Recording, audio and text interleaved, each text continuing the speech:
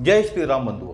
बंधुओं, आज हनुमान कथा का 21 नंबर का भाग है, 21 नंबर का। तो सबसे पहले हनुमान जी की हम पूजा कर लेते हैं और उनसे आज का भाग चालू करने की परमिशन मांगते हैं, अनुमति मांगते हैं।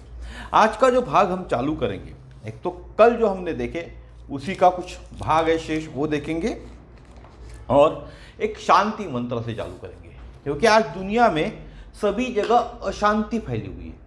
तो शांति मंत्र से हम शुरू करेंगे और हो सके तो इस शांति मंत्र का आप भी पाठ करें, इस शांति मंत्र का आप पाठ करें, इसका अनुवाद भी मैं बताऊंगा। ओम घौ शांतिरंतरिक्षम शांति पृथिवी शांतिरापः शांतिरोषधय शांति वनस्पतय शांतिर्विश्वे देवाः शांति ब्रह्म शांति सर्वशांति शांतिरेव शांति सामा शांतिरेधि। ओम शांति शांति शांति। इस मंत्र का अर्थ क्या होता है? पूरे आकाश में और साथ ही विशाल अंतरिक्ष में हर जगह शांति हो। इस पृथ्वी पर, किस पे? इस पृथ्वी पर जल में और सभी जड़ी बूटियों में, पेड़ों में और लताओं में शांति हो। परम पिता ब्रह्मा में परम पिता ब्रह्मा का जो स्थान है वहां भी शांति हो और केवल शांति और हमेशा शांति हो। ओम हमें और सभी प्राणियों के लिए शांति शांति शांति।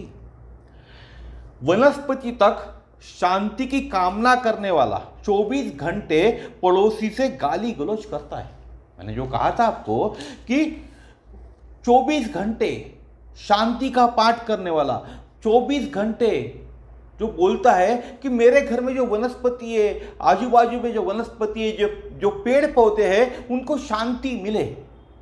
लेकिन जब भी पड़ोसी से बात करता है, रिश्तेदारों से बात करता है, तो कैसी बात करता है? गाली गलौज से बात करता है, गाली गलौज से बात करता है। शास्त्र जानने का विषय नहीं है। शास्त्र क्या है? जीने का विषय है। शास्त्र जानने के लिए समय बर्बाद मत करें। शास्त्र जीने के लिए समय बर्बाद करें। आपको कितना आता है यह विषय नहीं है, आपको शास्त्र कितना आता है यह विषय महत्वपूर्ण नहीं है। महाभारत में गुरु द्रोणाचार्य को ऐसा भ्रम था। क्या भ्रम था? कौरव और पांडव जो बालक है, इनमें अगर पढ़ाई में सबसे ज्यादा योग्य निकलेगा तो वह कौन होगा? युधिष्ठिर होगा। किसको भ्रम था? ये द्रोणाचार्य का भ्रम था। ऐसा उनका अनुमान था। लेकिन जब बच्चों को पढ़ाना शुरू किया तो यह युधिष्ठिर सबसे बड़ा फिसड्डी निकला। कैसा निकला? होता है ना, जब बच्चों को पढ़ाते, हम क्लासेस लेते, कोई उनको मालूम होगा कि कोई बच्चे फिसड्डी होते जिनको कुछ भी नहीं आता। तो युधिष्ठिर भी वैसा ही था। सब बालक पाठ करके आगे बढ़े और युधिष्ठिर एक ही पाठ पर अटके थे। जो पाठ पढ़ाया द्रोणाचार्य जी ने, सब बालक जितने भी थे पाठ पढ़कर आगे निकल गए। लेकिन युधिष्ठिर कैसे थे? उसी पाठ पर अटके थे। गुरुजी ने एक दिन कहा, क्या कहा? बेटा आगे बढ़ोगे या नहीं? युधिष्ठिर आगे बढ़ोगे या नहीं? सब बालक आगे बढ़ गए और तुम एक ही पर अटके हो। युधिष्ठिर ने क्या कहा? बहुत सुंदर उत्तर दिया युधिष्ठिर ने। गुरुजी, जब एक पाठ हो जाए ना, तब दूसरे पर आगे बढ़ो। क्या कहता है युधिष्ठिर? गुरुजी, जब एक पाठ याद हो जाए तब न दूसरे पर आगे बढ़ो। पाठ था सदा सत्य बोलो। पाठ कौन सा था? जो युधिष्ठिर को याद करना था, बाकी बच्चों ने याद कर लिया था। सदा सत्य बोलो, बाकी बच्चों ने उसको रट लिया। सत्यम वदम धर्मचर, सत्यम वद धर्मचर। सदा सत्य बोलो, धर्म के मार्ग पर चलो, दोनों दिनों पर दया करो, गुरुओं की सेवा करो, माता पिता की सेवा करो। क्या कर दिया? सबने रट लिया। सत्यम वद धर्मचर, सदा सत्य बोलो, धर्म के मार्ग पर चलो, दीनों पर दया करो, गुरुओं की सेवा करो, माता पिता की सेवा करो। यह क्या किया? सबने रट लिया। किसके अलावा? युधिष्ठिर के अलावा। युधिष्ठिर ने बोला, गुरुजी, जब सत्य बोलना आ जाए तो न आगे का पाठ पढ़ो। पाठ का नाम क्या था? सदा सत्य बोलो। इस पर जब युधिष्ठिर को गुरुजी पूछते कि भैया, द्रोणाचार्य जब पूछते अरे भाई कब तक याद करोगे, कितना समय और लोगे, बाकी सब लोगों ने तो याद कर लिया, तुम क्यों नहीं कर पा रहे हो? तो युधिष्ठिर क्या कहता है, जब सत्य बोलना आ जाएगा तभी तो आगे का पाठ पढ़ूंगा ना, पहला पाठ तो आप पढ़ा रहे गुरुजी, लेकिन मुझे अभी सत्य बोलना नहीं आया, तो जिस दिन मुझे सत्य बोलना आ जाएगा उस दिन मैं आगे के पाठ को पढ़ूंगा। द्रोणाचार्य जी ने सोचा जब सत्य को जीना आ गया तो फिर जीवन में दूसरे पाठ की आवश्यकता ही क्या है। बाकी विद्यार्थियों ने सिद्धांत कैसे कर लिए थे, रट लिए थे, और ये युधिष्ठिर ने जो बोला ना, इसी के ऊपर एक श्लोक है, सत्य न रक्षते धर्मो विद्या योगे न रक्षते मृजया रक्षते रूपम कुलम वृत्ते न रक्षते। इसका अर्थ क्या होता है? धर्म की रक्षा किससे होती है? सत्य से होती है। धर्म की रक्षा हमेशा सत्य से होती है। विद्या की रक्षा व्यासंग, व्यासंग का मतलब होता है जो गहरी पढ़ाई करता है, गाढ़ा अभ्यासु जो होता है वो उससे होती है। पवित्रता रूप की रक्षा करती है, और सदाचार कुल की रक्षा करती है। सदाचार किसकी रक्षा करती है? कुल की रक्षा करती है। तो बाकी विद्यार्थियों ने सिद्धांत तो रट लिया, धर्मराज युधिष्ठिर ने सत्य को रटा नहीं बल्कि अपनाया, सत्य को जिया, सत्य को जाना नहीं, सत्य को जिया। किसने? युधिष्ठिर ने। महाभारत के युद्ध के बाद जब पांचों पांडव स्वर्गारोहण की यात्रा पर चले तो वसुंधरा पार करके जब हिमालय में प्रवेश हुआ, सब एक एक कर पांडव बर्फ में गिरने लगे।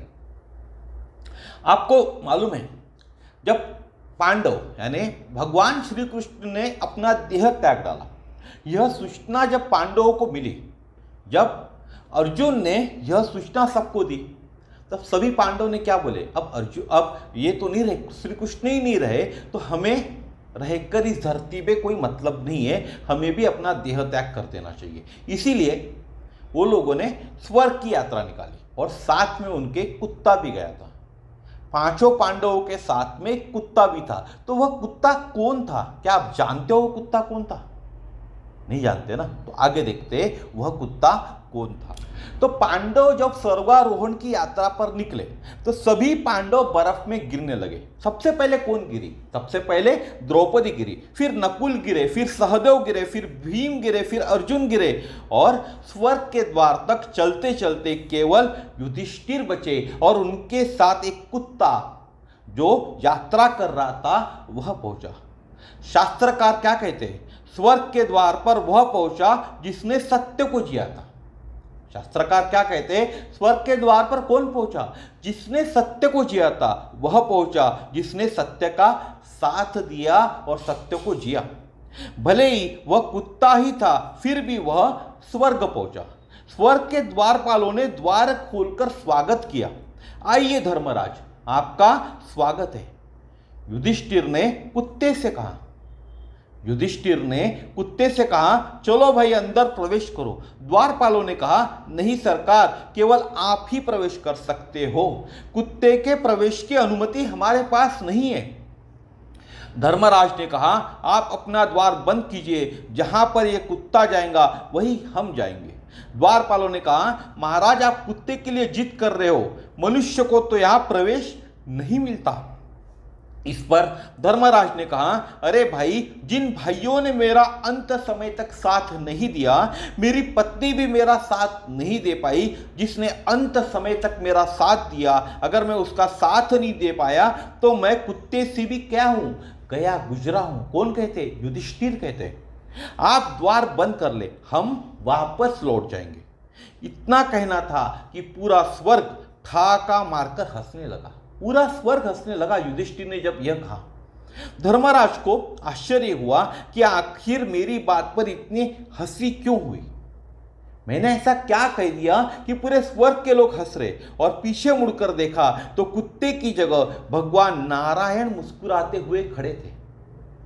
जब युधिष्ठिर ने, धर्मराज ने पीछे मुड़कर देखा तो उनको भगवान नारायण खड़े दिखे साक्षात रूप में। किसके जगह? कुत्ते की जगह। और बोले धर्मराज स्वर्ग में प्रवेश करो। क्या कहते नारायण? धर्मराज स्वर्ग में प्रवेश करो, स्वर्ग तुम्हारे स्वागत को तैयार है। मैं तो केवल यह जानने के लिए तुम्हारे साथ था कि तुमने सिद्धांत को जिया है या जाना है। क्या कहते?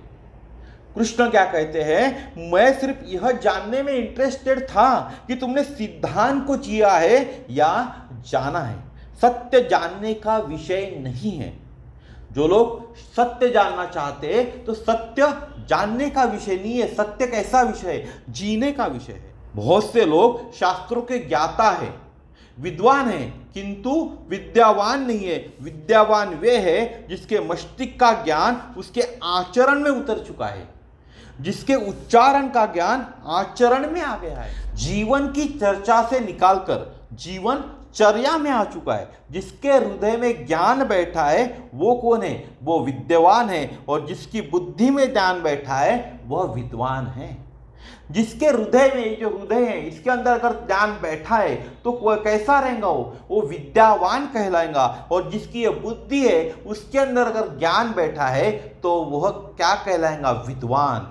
आपने आज तक टीवी में बहुत सारे डिबेट सुने होंगे या बहुत सारों का परिचय सुना होगा, तो कभी भी किसी को विद्यावान कह के नहीं बुलाया, हमेशा क्या कहते, यह विद्वान है। क्या कहते, विद्वान है, यानी उसका ध्यान कहाँ बैठा हुआ है, उसके मस्तिष्क में बैठा हुआ है।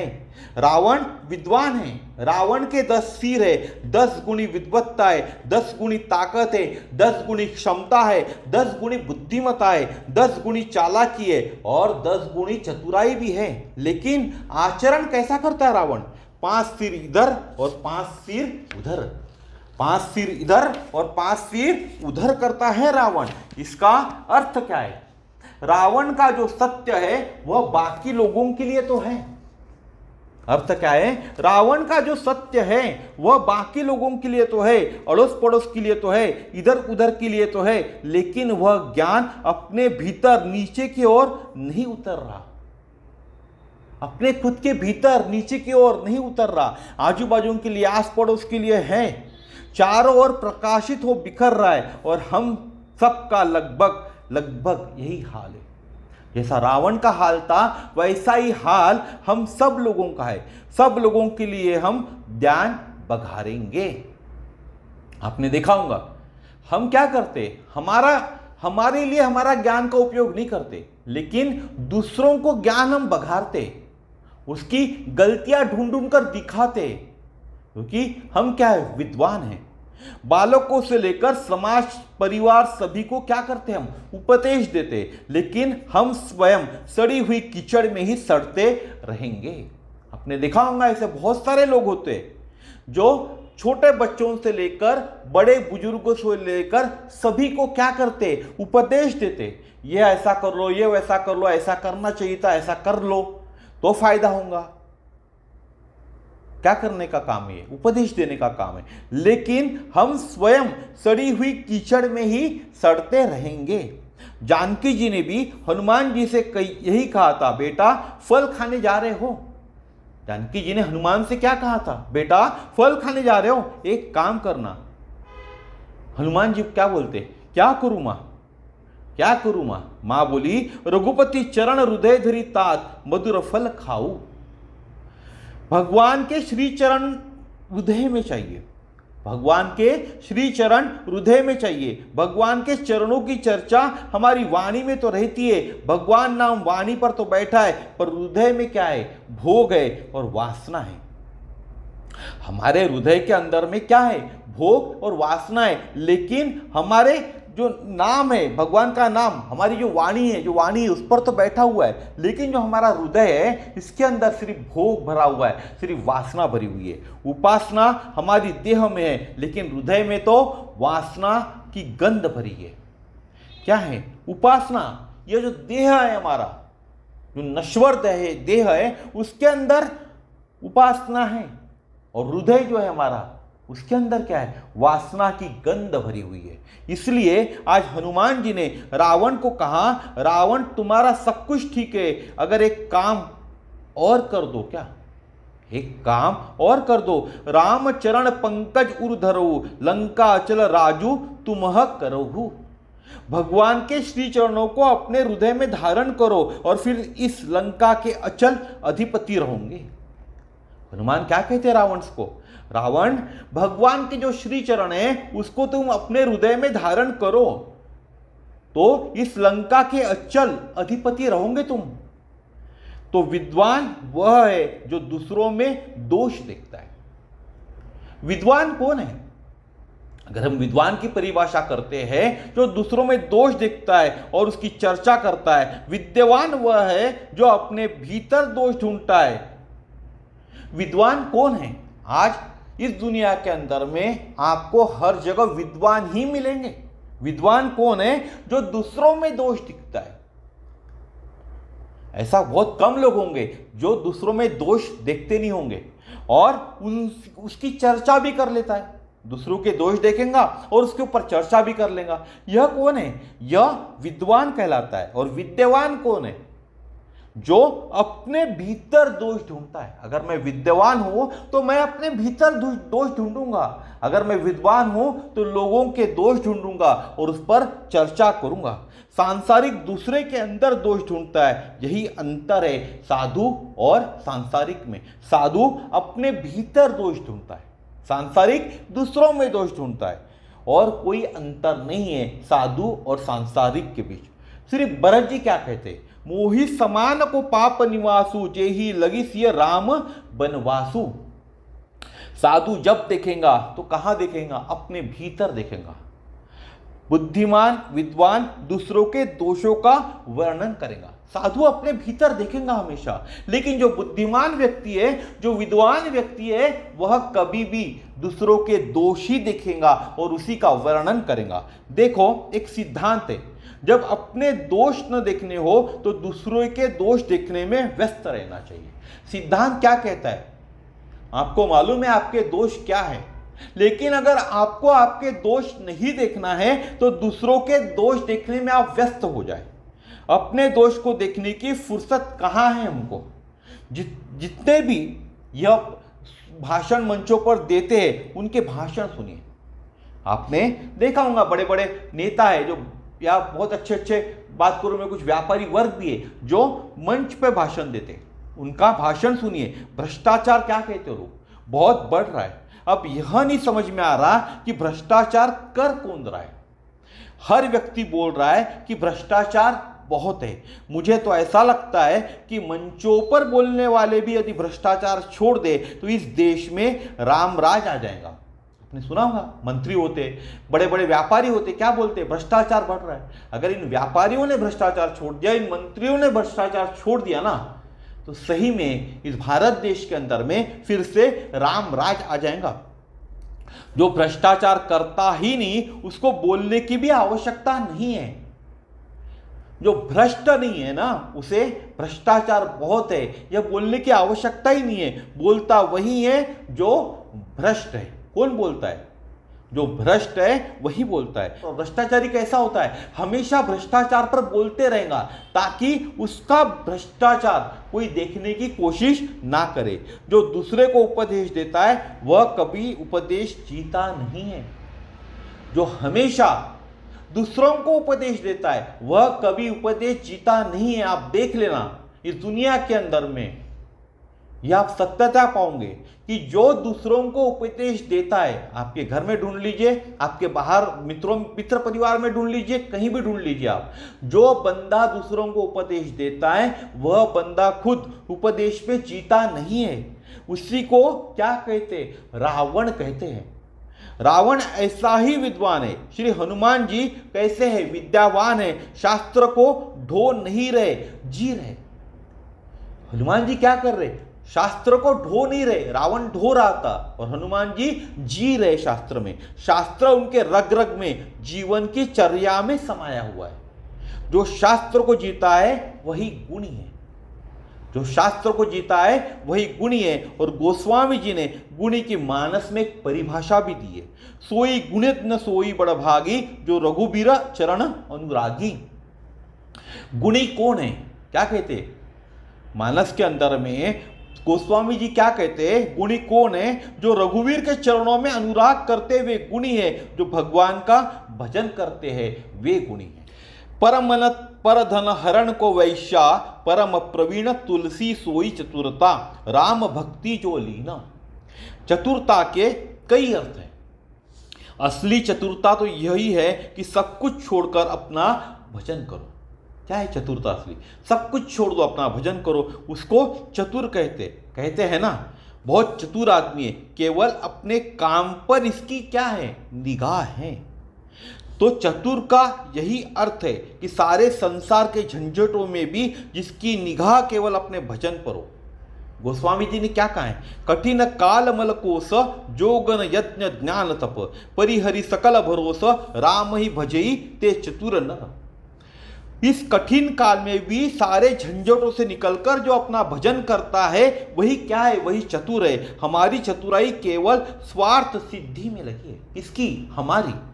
जो झंझटों से निकलकर अपना भजन करता है वो क्या कहलाएगा, वह चतुर। लेकिन हमारी चतुराई केवल स्वार्थ सिद्धि में लगी है, इसलिए वह कैसे हो गई है, निंदनीय हो गई है। चतुराई शब्द तो वंदनीय है, लेकिन हमने उसे निंदनीय बना लिया। चतुर का अर्थ है कि जो चतुर्विध पुरुषार्थ में डूबा हुआ है, धर्म अर्थ काम मोक्ष चारों के लिए जो डूबा है वही चतुर है।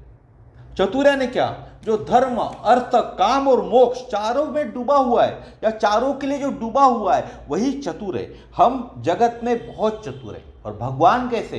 भगवान बहुत सीधे हैं, दुनिया से काम करने के लिए इतनी चतुराई दिखाएंगे ये न केन प्रकरण हमारा काम बन जाए। हम ऐसे ही है, लेकिन भगवान के भजन के लिए उसमें हम क्या करते, सुविधा ढूंढते।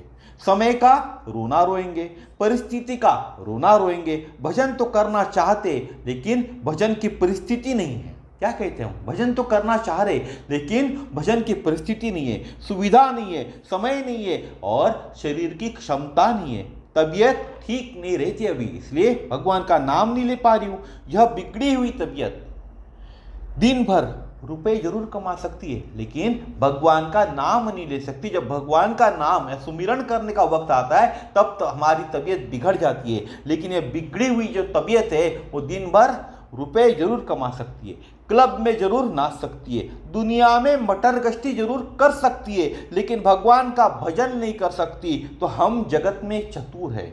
एक संत सुनाते हैं मनुष्य कैसा चतुर होता है। एक संत क्या कहते हैं, बहुत अच्छा उदाहरण दिया हुआ है उन्होंने, इससे आपको मनुष्य की चतुराई पता चलेगी।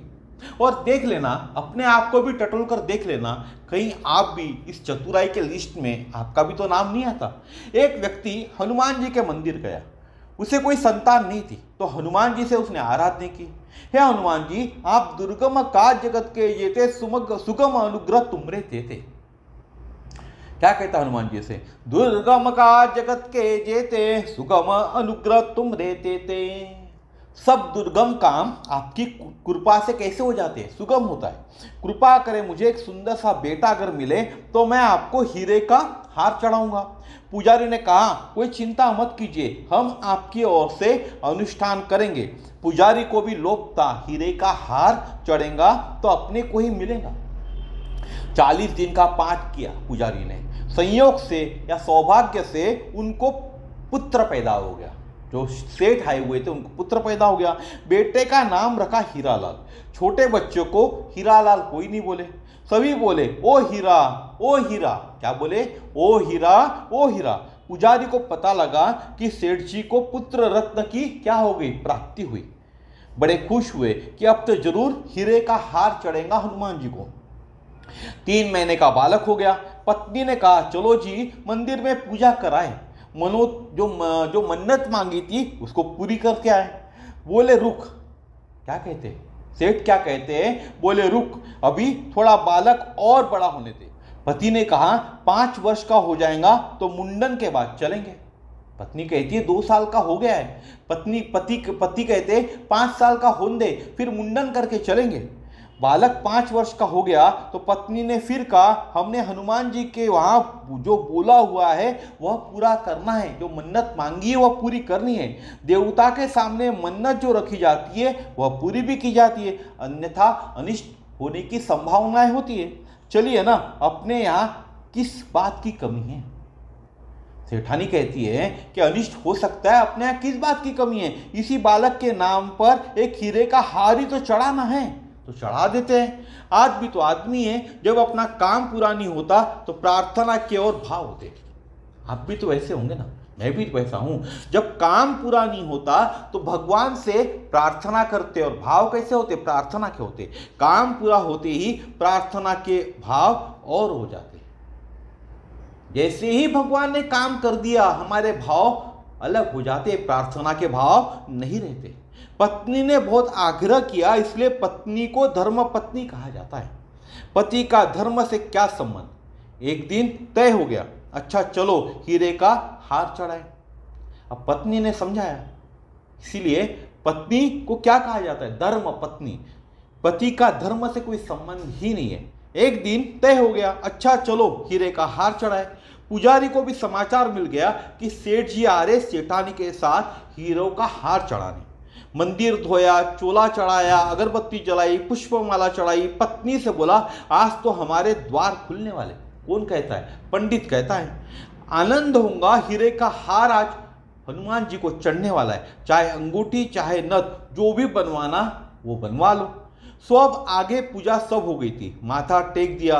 बार बार पत्नी भी देखे, पुजारी भी देखे सेठ जी को। सेठ जी के हीरो का हार कहीं दिखाई नहीं दे रहा था। पत्नी ने कहा, हीरो का हार तो चढ़ाओ सेठ जी।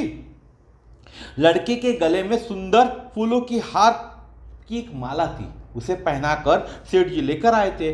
वही उतार कर सेठ जी ने हनुमान जी के चरणों में चढ़ा दी। बोले, यह लो हीरे का हार, यह लो हीरे का हार। बोले, क्या मतलब।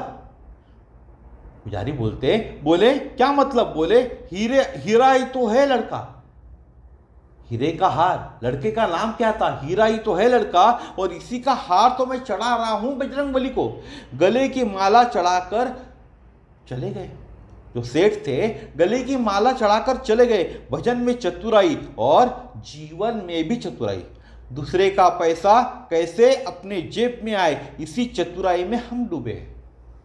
जब भी हम भजन करते, नाम करते, भगवान का नाम लेते, तो उसमें भी हमारी चतुराई होती है। जीवन में हम चतुराई से जीते, और दूसरे का पैसा कैसे अपनी जेब में आए, इसी चतुराई में हम दिन भर क्या रहते, डूबे रहते। जो मन के विकारों को छोड़कर भजन में लगा दे, वही मन कैसा है, चतुर है। कैसा, मन के विकारों को छोड़कर, मन में जितने विकार है उनको छोड़कर अगर भजन में लगा दे तो वही चतुर है। हम लोग किसको चतुर मानते, जो जैसे तैसे पैसा कमा ले। देखो वह कितना चतुर व समझदार है, कहां से कहां पहुंच गया। इस व्यक्ति को हम क्या कहते, चतुर व्यक्ति कहते। हनुमान गुणी चातुर का अर्थ है सब कुछ छूट सकता है, किंतु प्रभु की सेवा, प्रभु का सिमरन नहीं छूट सकता। हनुमान जी कैसे चतुर है, सब कुछ छूट सकता है, हनुमान जी से सब कुछ छूट सकता है, लेकिन प्रभु की सेवा और प्रभु का सिमरन, ये दो चीजें हनुमान जी कभी जीवन में नहीं छोड़ेंगे। रावण को भी उन्होंने समझाया है। हनुमान जी ने बड़ी चतुराई से रावण को समझाया था। रावण किसी की बात सुनने को तैयार नहीं, पत्नी की नहीं, परिवार की नहीं, किसी और की सुनने को तैयार नहीं। मानस में तो यह भी संकेत है कि कुंभकर्ण ने समझाया, मेघनाथ ने समझाया, उनको भी सुनने को रावण तैयार नहीं। तो हनुमान जी ने 4 प्रकार से रावण को समझाया। हनुमान जी ने राजनीति अपनाई, 4 प्रकार से रावण को समझाया। साम दाम दंड भेद, 4 प्रकार क्या थे, साम दाम दंड और भेद। साम माने क्या, समझाकर, हाथ जोड़कर, विनती करू जोरी करी रावण, सुनहु मान तजी मोर सिखावन।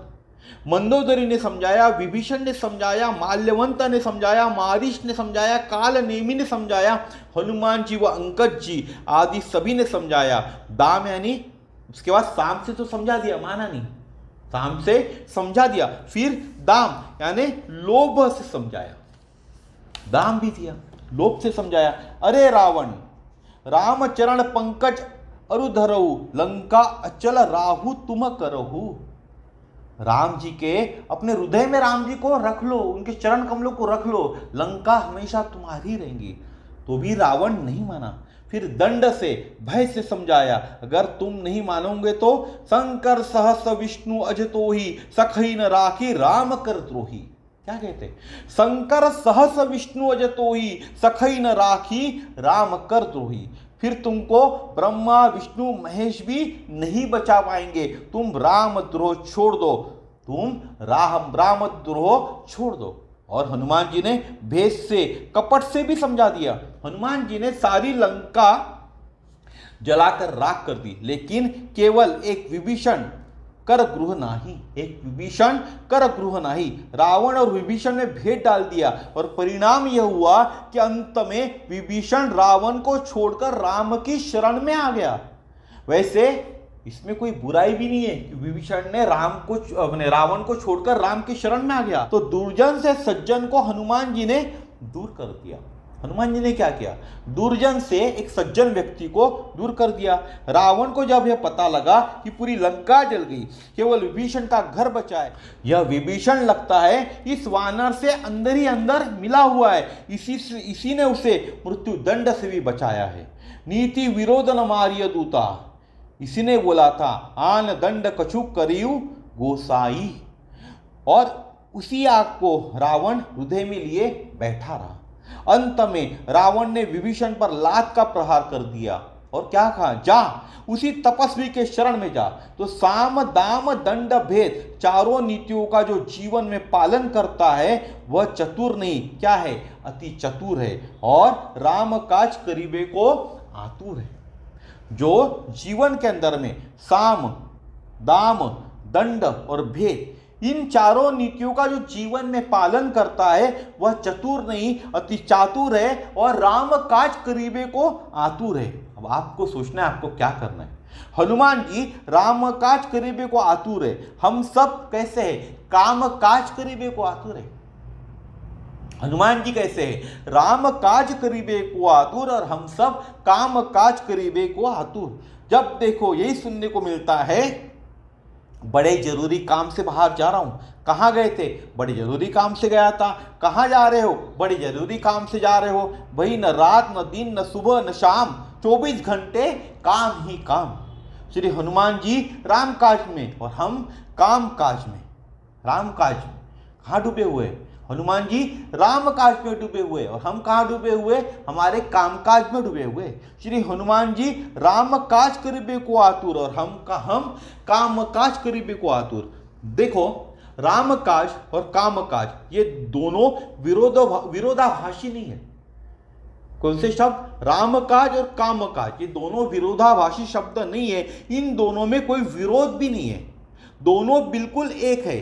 कई बार हम लोग कहते काम काज में डूबे हैं, राम काज कैसे कर पाएंगे? क्या कहते हम लोग? काम काज में डूबे हैं तो राम काज कैसे कर पाएंगे? इनको अलग अलग मत समझिए, दोनों एक ही है। भजन करने में सब कुछ छोड़कर बैठ जाने को भजन नहीं कहा जाता है। अगर कोई कहता है आपको भजन करना है, इसका मतलब, या भजन करने के लिए कह रहा है, तो इसका मतलब यह नहीं है कि आपके काम धंधे छोड़कर आपको भजन करने में बैठना है। आपको काम काज छोड़कर भजन करना नहीं है, यह तो आलस्य है। कुछ काम नहीं है तो कहते हैं कि हम भजन कर रहे हैं। यह क्या है? आलस्य। अगर आप अपने काम धंधे छोड़कर भजन करने बैठ रहे हो तो ये आलस्य है, कुछ काम नहीं है मेरे पास तो मैं क्या कर रहा हूँ? भगवान का भजन कर रहा हूँ। हम कई साधुओं को देखते कि वे आराम कर रहे, कहते हैं हम क्या कर रहे? अनुष्ठान कर रहे, बढ़िया माल खाना, हमारा अनुष्ठान चल रहा है। देखा होगा ना आपने साधुओं को, क्या करते रहते? आराम करते रहते, बढ़िया माल खाते रहते और क्या कहते लोगों को? हम अनुष्ठान कर रहे, अनुष्ठान चल रहा है। सब कुछ छोड़कर किसी कमरे में कैद हो जाना भजन नहीं है। भजन का अर्थ है सब कुछ भगवान से जोड़ देना। अगर किसी ने आपको कहा भजन करना है तो भजन का सही अर्थ क्या है? सब कुछ भगवान से जोड़ देना। यही क्या है? राम काज है। सुग्रीव का राज तिलक करने के बाद सुग्रीव से भगवान ने यह नहीं कहा था कि सुग्रीव माला लेकर बैठ जाना, यह भगवान ने नहीं कहा था। अपितु क्या कहा था? सुग्रीव अंगद सहित करेहु तमु राजू, सततम हृदय धरेहु मम काजू। भगवान ने कहा हे सुग्रीव जी, शरीर से काम काज करना और हृदय से राम काज का सुमिरन करना। तो हमें भी क्या करना है? ये जो शरीर है इससे कामकाज करना है और ये जो हमारा हृदय है इससे राम राम काज का हमें सुमिरन करना है, राम का सुमिरन करना है। लेकिन सुग्रीव काम काज में डूब गया। राम काज सुग्रीव बिसारा, राम काज को सुग्रीव ने बिसार दिया। और यह सबकी स्थिति है, जैसी सुग्रीव की स्थिति थी वैसी स्थिति हम सब की है। हम काम काज में इतने डूब जाते कि राम काज को बिसार देते। शरीर का काम है काम काज और मन का काम है राम काज। कामकाज किसका काम है? इस शरीर का। और मन का क्या काम है? मन का है राम काज। लेकिन हम भजन के लिए फुर्सत देखते हैं। अरे भाई, साधना तो कैसे होती है? संकल्प से होती है। अगर आपने ठाना कि मैं आज से यह साधना करूंगा, तो साधना के लिए आपको संकल्प लेना पड़ेगा। बिना संकल्प से साधना हो नहीं सकती। साधना कैसे होती है? साधना तो संकल्प से होती है। साधना सुविधा से नहीं होती, संकल्प से होती है। क्योंकि संकल्प में सोई हुई शक्तियां जगती है, या संकल्प से सोई हुई शक्तियां जागती है। संकल्प चाहिए, इतना मुझे करना है। क्या संकल्प चाहिए? कि मुझे इतना करना है। अगर रोज 11 बार राम रक्षा का पाठ करना है, रोज 11 बार हनुमान चालीसा का पाठ करना है, यह क्या हो गया? यह एक संकल्प है। आपने देखा होगा कि सुविधा से नहरें निकाला करती हैं। सुविधा से क्या बनती है? नहरें बनती है। उनका सर्वे होता है, उनका नक्शा बनता है, उनकी खुदाई होती है, उनकी पटरियां बनाई जाती है। लेकिन सुविधा से निकली नहर 100, 200, 300 किलोमीटर जाकर खत्म हो जाती है। जो सुविधा से नहर निकलती है वो 200, 300, 400 किलोमीटर जाने के बाद क्या हो जाती है? खत्म हो जाती है। नदियां क्या है? संकल्प से निकलती है। जो भी नदी निकलती है वह एक संकल्प लेकर निकलती है। नदी का संकल्प है मुझे महासागर में मिलना है। आपने देखा होगा ना, नदी नदी से मिलती है और बाद में वही नदी महासागर में मिल जाती है। तो नदी का संकल्प क्या है? मुझे महासागर से मिलना है। उनको यह भी मालूम नहीं कि महासागर किस दिशा में, मार्ग कौन सा है। नक्शा व एटलस लेकर नहीं चलती नदी। छोड़ दिया हिमालय, बाबुल का घर छोड़ दिया, चली प्रियतम से मिलने के लिए। भरोसा है, यही उसका संकल्प है कि मुझे मिलना है। किसकी बात कर रहा हूं मैं आपसे? नदी की बात करता हूं। परिणाम क्या होता है? बड़े बड़े हिमालय के शिखरों को चूर्ण करती हुई, बड़े बड़े रेगिस्तानों को और टीलों को ढहाती हुई, बड़ी बड़ी झीलों को भरती हुई एक दिन नदी महासागर से मिल ही जाती है। जीवन में संकल्प था कि मार्ग में आने वाली विघ्न बाधाओं के कारण भी रुक नहीं पाई। और यह भी नियम है कि संकल्पवान के मार्ग में बाधाएं नहीं आती। नदी का क्या संकल्प था जीवन में? कि मार्ग में आने वाली जो भी विघ्न होंगे, बाधा होंगे, वो मुझे रोक नहीं पाएंगे, वो मुझे रोक नहीं पाएंगे। और नियम भी है कि जो संकल्पवान है उसके मार्ग में बाधाएं और विघ्न नहीं आते जब तक कार्य में तेजी नहीं आती। जब तक कार्य में तेजी नहीं आती। नदियों के मार्ग में पहाड़ जैसे विघ्न, बाधाएं न आए तो नदियों के वेग कम हो जाए। अब आप कहोगे कि भैया नदी के बीच में तो पहाड़ भी आते, बड़े बड़े पेड़ भी आते, बड़े बड़े पेड़ भी आते। तो भैया जब तक पहाड़ और पेड़ नहीं आएंगे ऐसे नदियों के बीच में, जो नदियों के बीच में पहाड़ और पेड़ नहीं आएंगे तो नदियों का वेग कैसा हो जाएगा? कम हो जाएगा। अगर हमने कोई संकल्प लिया और हमारे संकल्प के बीच में अगर विघ्न नहीं आए तो हमारा वेग कैसा हो जाएगा? कम हो जाएगा। उनको टक्कर मारकर तोड़कर जब नदी आगे बढ़ती है तो वेग बढ़ता है। तो क्या बढ़ता है? नदी का वेग बढ़ता है। तो साधना का संकल्प चाहिए। और संकल्प पूरा कैसे होता है? नियम से। संकल्प माने नियम। इसलिए इन साधुओं की भाषा सुनो और नित्य नियम पर चलो। जब सारी सृष्टि नियम से चलती है, सूर्य नियम से चलता है, चंद्र नियम से चलता है, प्रकृति भी अपने नियम से चलती है, वर्षा भी नियम से होती है, हर चीज में नियम है। तो साधना का क्या कोई नियम नहीं होना चाहिए? आप ही सोचिए, क्या साधना का क्या कोई नियम नहीं होना चाहिए? साधना का भी नियम चाहिए। नियम से ही क्या होती है? निष्ठा पैदा होती है। निष्ठा से रुचि बनने लगती है, रुचि से आसक्ति होने लगती है और आसक्ति से भाव बनने लगता है। तो कभी भी साधना करने के लिए नियम क्यों चाहिए? नियम से ही क्या होता है, निष्ठा पैदा होती है, निष्ठा से रुचि बनती है, रुचि से आसक्ति होने लगती है और आसक्ति से भाव बनने लगता है, भाव ही परमात्मा के प्रेम में परिवर्तन करता है। और यही पूरी की पूरी यात्रा है, पूरी की पूरी सीढ़ी है साधना की। किसकी सीढ़ी है, किसकी यात्रा है, साधना की। इसीलिए कोई ना कोई नियम ये जो संत लोग, साधु लोग, संत लोग, साधु लोग, साधक लोग साधना के नियम बना लेते हैं। जब तक इतना पाठ नहीं करेंगे तो मौन रहेंगे, तब तक चाय जलपान कुछ भी स्पर्श नहीं करेंगे। ऐसे नियम कौन बनाते? ये जो साधु लोग हैं, ये साधक लोग हैं, वह बनाते। तो कोई ना कोई नियम अवश्य होना चाहिए। कोई नियम पालन तब होता है जब नियम कैसा हो, छोटा हो। अगर आप बड़ा नियम बना लोगे तो उसका पालन नहीं हो सकता।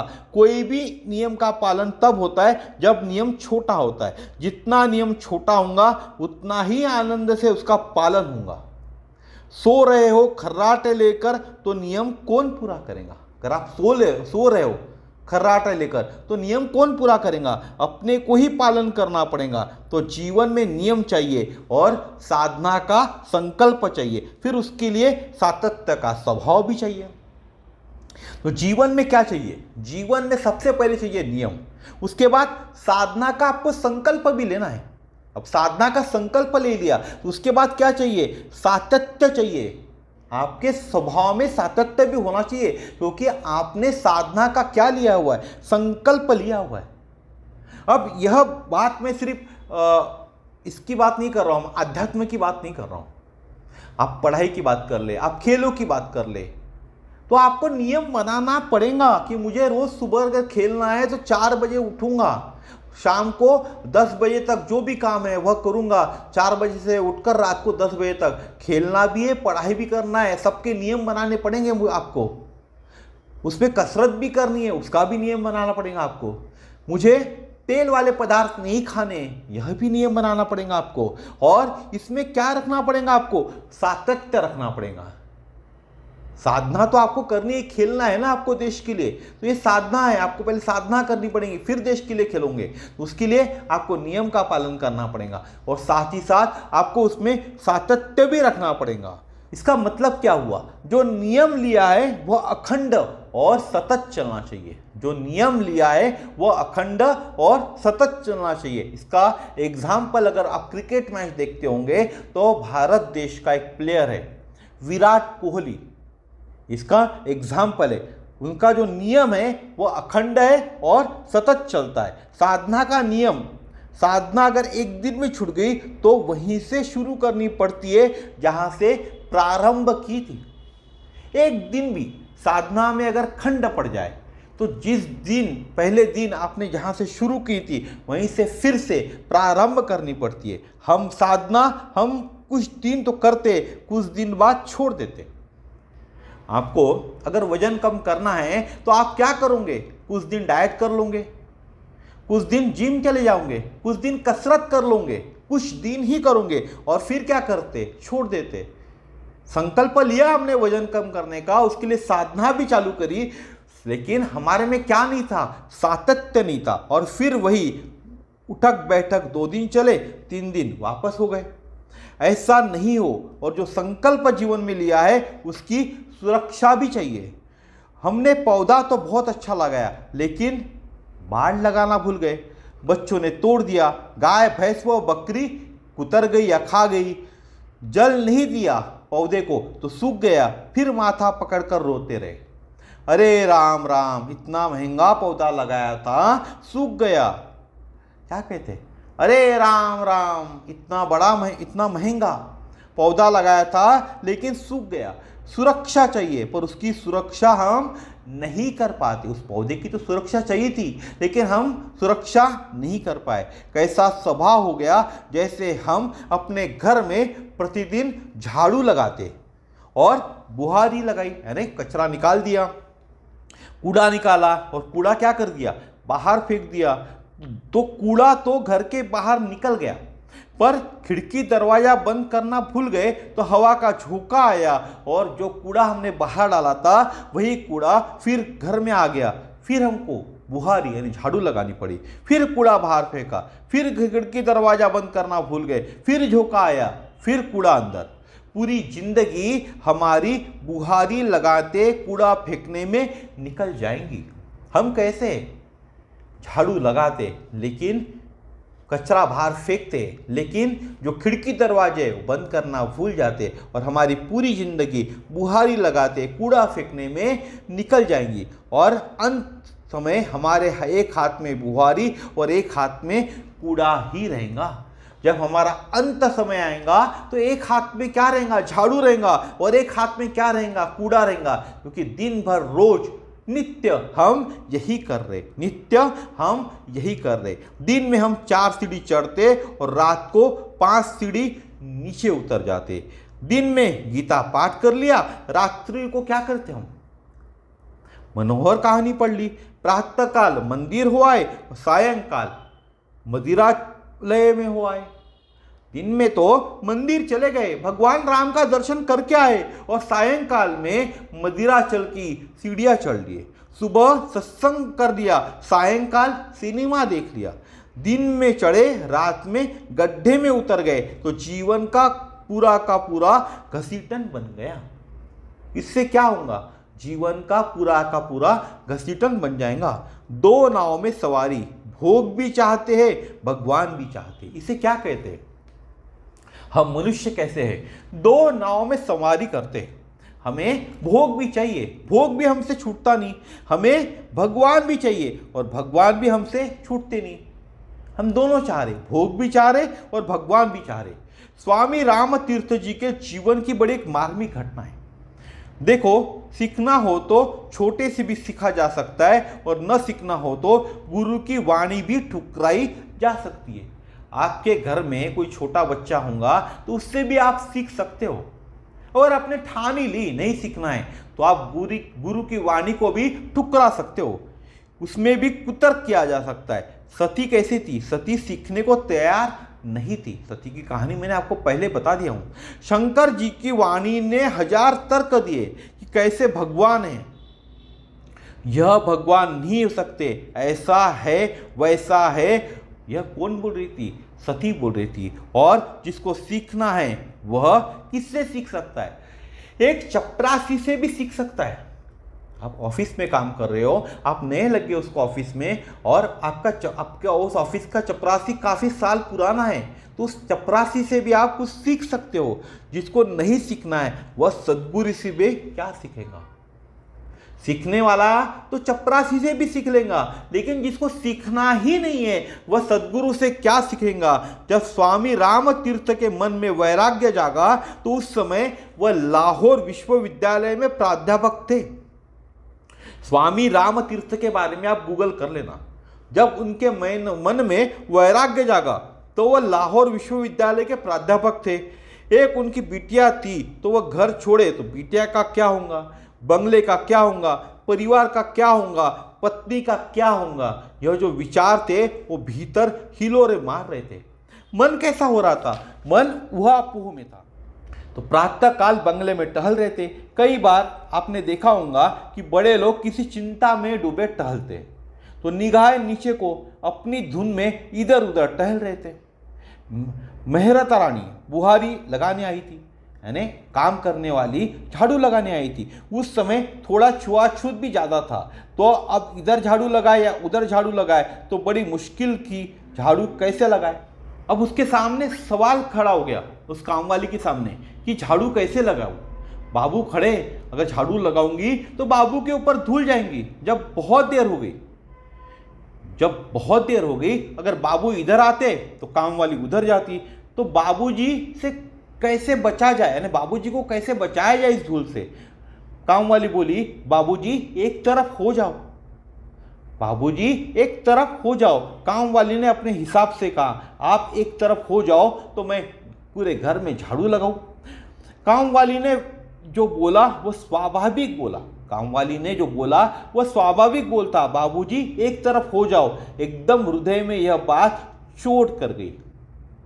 कामवाली के बाद कामवाली ने जो कहा, बाबूजी एक तरफ हो जाओ, यह बात उनके हृदय में चोट कर गई। और उसी समय फिर बंगले में अंदर नहीं गए, बंगले को आंख उठाकर भी देखा नहीं, बंगले के बाहर निकल गए, क्योंकि नौकरानी ने मार्गदर्शन दे दिया। क्या किया? नौकरानी ने मार्गदर्शन दे दिया, बाबू एक तरफ हो जाओ। जब यह बात उनके नौकरानी ने उनको कही, उनके मेहतरानी ने उनको कही, तब उनकी आंखें खुल गई। उन्होंने बंगले की तरफ आंख उठाकर नहीं देखा, बंगले से बाहर निकल गए, क्योंकि उनको उनके नौकरानी ने, झाड़ू वाली ने मार्गदर्शन दे दिया था, बाबूजी एक तरफ चलो, चाहे इधर चलो चाहे उधर चलो। जब नौकरानी ने मार्गदर्शन दिया, बाबूजी एक तरफ चलो, चाहे इधर चलो चाहे उधर चलो, तो जीवन का निर्णय मिल गया। तो जीवन का निर्णय मिल गया, उसकी सुरक्षा, उसका संकल्प, उसका सातत्य, तब जीवन में साधना होती है। जब हम उस निर्णय का, उसकी सुरक्षा करते, उसका क्या करते, उसका सातत्य करते, उसका संकल्प करते, तो क्या होता है? हमारे जीवन में साधना होती है। एक निर्णय करो कि हमको किधर जाना है, हमें क्या करना है। हमें जीवन में एक निर्णय लेना है कि हमें किधर जाना है, स्वर्ग जाना है या नरक। कहाँ जाना है? स्वर्ग जाना है, तो फिर स्वर्ग की चिंता करो, स्वर्ग का ही वातावरण, स्वर्ग का ही सुमिरन, और फिर जो नरक में होगा सो होगा, हमको नहीं मालूम। निर्णय क्या लेना है? आपको लेना है, मुझे लेना है कि स्वर्ग जाना है क्या नरक। अगर स्वर्ग जाना है तो स्वर्ग की चिंता करो, स्वर्ग का वातावरण का अनुभव करो, स्वर्ग का ही सुमिरन करो, फिर चाहे नरक में जो होगा वो होने दो। हमें नरक से कोई लेना देना ही नहीं। नरक भोगना हो तो पूरा भोगो, अगर आपको नरक में जाना है तो नरक पूरा भोगो। स्वर्ग अगले जन्म में देखेंगे, लेकिन दोनों पैर रहेंगे तो घसीटन हो जाओगे। आपने अगर सोचा नहीं नहीं मुझे नरक में भी जाना है, कुछ दिन नरक में रहूंगा, फिर कुछ दिन स्वर्ग में रहूंगा, अगर आपने यह सोचा तो आप कैसे हो जाओगे? घसीटन हो जाओगे। जैसे जिस गाड़ी में आगे पीछे दोनों ओर बैल जोड़ दो तो चलेंगी क्या गाड़ी? कोई गाड़ी है, उसके आगे पीछे बैल जोड़ दो तो गाड़ी चलेंगी क्या? वहीं की वहीं रहेंगी। दूसरी घटना एक वृंदावन की है। वृंदावन में जब भी कभी आप जाएंगे तो रंग जी के मंदिर के पास एक दूसरा मंदिर है लाला बाबू का। जो भी वृंदावन में गया होगा या वृंदावन वासी यह कथा सुन रहा होगा तो उन्हें मालूम है कि रंग जी मंदिर के पास दूसरा मंदिर है जिसको लाला बाबू का मंदिर कहते हैं। इनकी जीवन की बड़ी विचित्र घटना है। यह कोलकाता के राजा थे। सायंकाल के समय में लॉन के बाहर बैठे थे। धोबी और धोबन अपना कपड़ा धोकर आए। अंदर धोबी कपड़े की गठरी लेकर गया तो गठरी खुलवाकर गिनवानी पड़ती थी। धोबी का काम था अंदर गठरी ले जाए और धोबी गठरी खुलवाकर कितने कपड़े वो गिनवाने पड़ते थे। देर हो गई। उस समय हावड़ा का पुल नहीं बन रहा था, नाव भी बहुत कम थी। बहुत देर हो गई थी तो धोबीन, जो धोबी की घरवाली थी, उसने बड़ी जोर से बाहर से बोला, दिन गेलो पोरे चौल, दिन गेलो पोरे चौल। लाला राज बाबू ने पूछा, तुम इनसे क्या कहती हो? तो वह घबरा गई। राजा साहब, मैंने तो ऐसी कोई बात नहीं बोली। बोलो बोलो, अभी क्या बोल रही थी?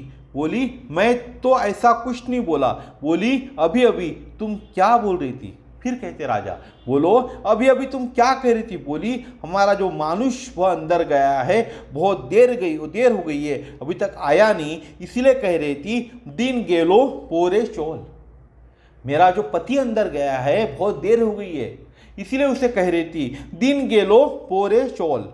दिन जाने वाला है, पार जाना है, कैसे चलोगे? इसका अर्थ क्या है? दिन जाने वाला है, पार जाना है, कैसे चलोगे? रात हो गई। इतना सुनना था कि लाला बाबू ने उसी वक्त ट्रेन पकड़कर वृंदावन आ गए। उस धोबिन की बात सुन ली। क्या कहे धोबिन ने? दिन गेलो पोरे चोल। यह बात लाला बाबू ने सुनी, उसी वक्त ट्रेन पकड़कर वृंदावन आ गए। दिन जा रहा है, पार कब उतरोगे? जीवन जा रहा है, कब पार उतरोगे? हमारा तो यही है ना। कैसा है? रोज दिन जा रहे हैं, पार कब उतरोगे? जीवन रोज बीत रहा है, कब पार उतरोगे? हम कामकाज को तो आतुर है, पर राम काज को आतुर नहीं। साधना में क्या चाहिए? संकल्प चाहिए।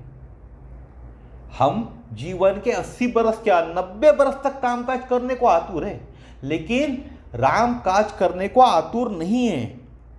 आज आप किसी 30 साल के या 35 साल के युवा को बोलो ना कि रामकाज कर ले, तो बोलेगा अभी मेरे कामकाज के दिन हैं, अभी मेरे रामकाज के दिन नहीं है। तो साधना अगर आपको करना है तो साधना में संकल्प चाहिए, सातत्य चाहिए और साथ में सुरक्षा भी चाहिए। राम काज करीबे को आतुरा, राम काज करीबे को तो आतुरा। तो राम काज क्या है?